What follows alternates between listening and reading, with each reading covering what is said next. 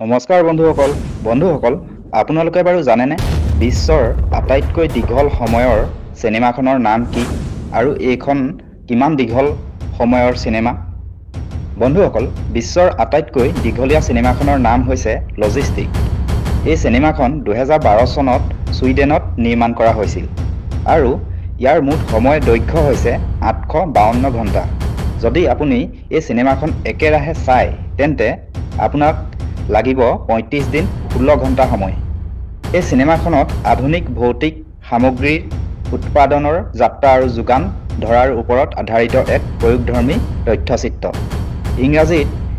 ইয়াক experimental documentary movie বুলি কোৱা হয় দ্বিতীয় তথ্যটো হৈছে আপোনালোকে বাৰু জানেনে বিশ্বৰ আটাইতকৈ দীঘল ৰেলৱে ষ্টেচনটো কোনটো আৰু এই ষ্টেচনটো ক'ত আছে নামটো কি বন্ধুসকল বিশ্বৰ আটাইতকৈ দীঘল ৰেলৱে ষ্টেচনটো হৈছে গোৰখপুৰ জংচন যিটো ষ্টেচন আমাৰ ভাৰততে আছে এই ষ্টেচনটো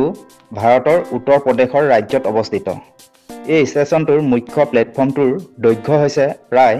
1366.3 মিটাৰ অৰ্থাৎ 4483 ফুট যিটো ষ্টেচন ইণ্ডিয়ান বুক অফ ৰেকৰ্ডছত আৰু গ্ৰীনিছ ৱৰ্ল্ড ৰেকৰ্ডছ অনুসৰি সকলোতকৈ দীঘল প্লেটফৰ্ম হিচাপে পৰিগণিত ধন্যবাদ বন্ধুসকল যদি তথ্য দুটা জানি উপকৃত হৈছে তেন্তে আনে জানিবলৈও ভিডিঅটো শ্বেয়াৰ কৰি দিব আৰু প্ৰতিদিনে এনে ধৰণৰ নতুন তথ্য জানি থাকিবলৈ আমাৰ ইউটিউব চেনেলটো সাবস্ক্ৰাইব কৰি দিব যদি আপুনি আমাৰ ফেসবুক পেজটোত চাই আছে তেন্তে আমাৰ ফেসবুক পেজটো ফলো কৰি দিব ধন্যবাদ পুনৰ লগ পাম অন্য এটা তথ্যৰ ভিডিঅ